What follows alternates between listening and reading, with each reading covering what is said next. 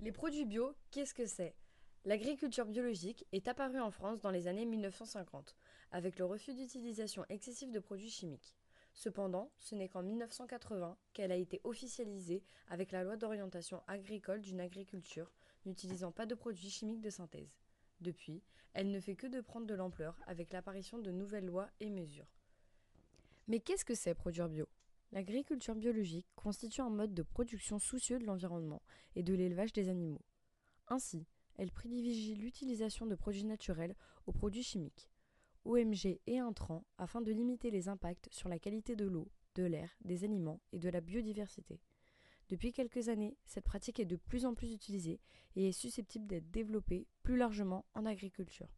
Les produits bio et la bio sont différents, il ne faut pas les confondre. Le bio correspond au produit conforme au cahier des charges qui garantit la qualité du produit pour le consommateur. Cela revient en quelque sorte à la notion de label AB. La bio va au-delà des réglementations imposées. Elle vise à produire avec un impact environnemental et sociétal limité. Les produits bio sont-ils un effet de société ou un réel mode de vie? Tout d'abord, non. Le bio n'est pas un effet de mode. C'est avant tout une nécessité absolue si l'on veut agir en conscience pour l'avenir de la planète et des générations futures, ou plus égoïstement pour sa propre santé. Manger bio est plus qu'un choix, c'est un véritable mode de vie, car les personnes se tournant vers ce genre d'alimentation sont à la recherche d'une vie plus saine. Mais pour autant, il n'est pas toujours simple d'effectuer des changements dans notre mode de vie, et voilà pourquoi il est préférable d'y aller progressivement en privilégiant certains produits. Un constat de ces dernières années, l'agriculture traditionnelle a un impact environnemental et humain.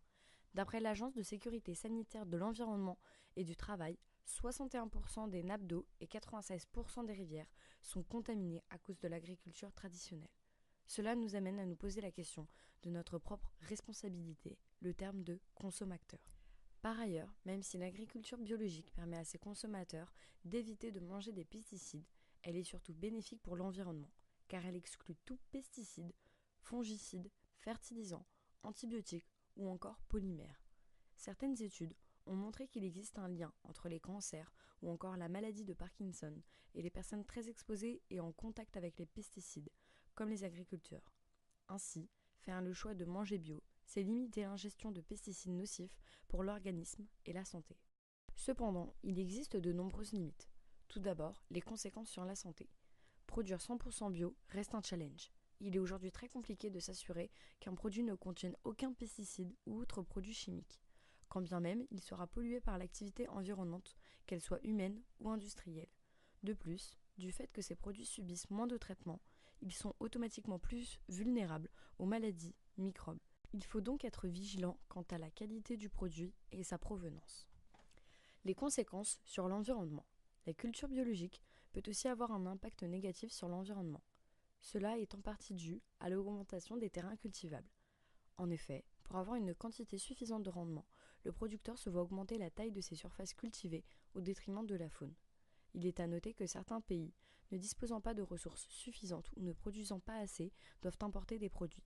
Le transport de ces marchandises a donc un impact direct sur l'environnement avec le rejet de CO2. Le coût, un des autres inconvénients de consommer bio, s'explique au travers du prix. En effet, un produit bio est environ 60% plus cher qu'un même produit conventionnel. Cela s'explique par un mode de production plus lent, une main-d'œuvre plus importante et des rendements moins importants que dans une autre agriculture.